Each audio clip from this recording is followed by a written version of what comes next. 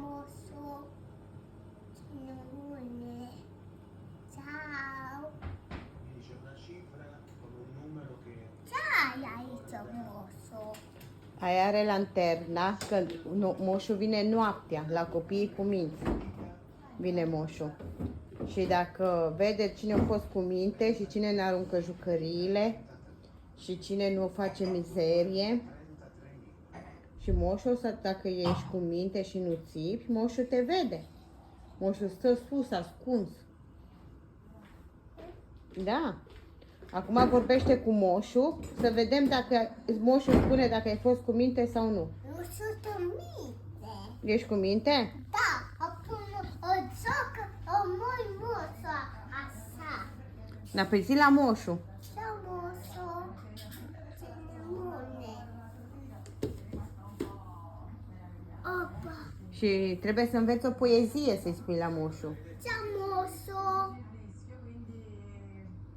Zi, Moș Crăciun. O pun o joacă aici. O moș aici. O mut moș. Aici. A fame moșu, fame. Moșu, bebe, cu fată, bebe. Și Ce moșu? Cine bune. Ești cu minte? Da. Și ce vrei să-ți aducă moșul, în afară de bobo? Și mai ce?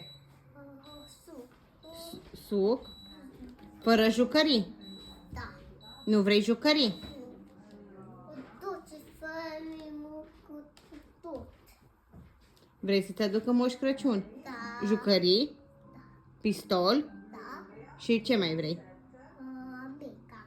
Atâta? Atunci dă o guriță la moșul. Păi dă-i guriță, mami. Nu așa.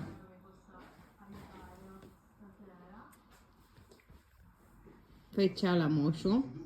Noapte bună, moșu. Noapte bună, moșu. Te iubim.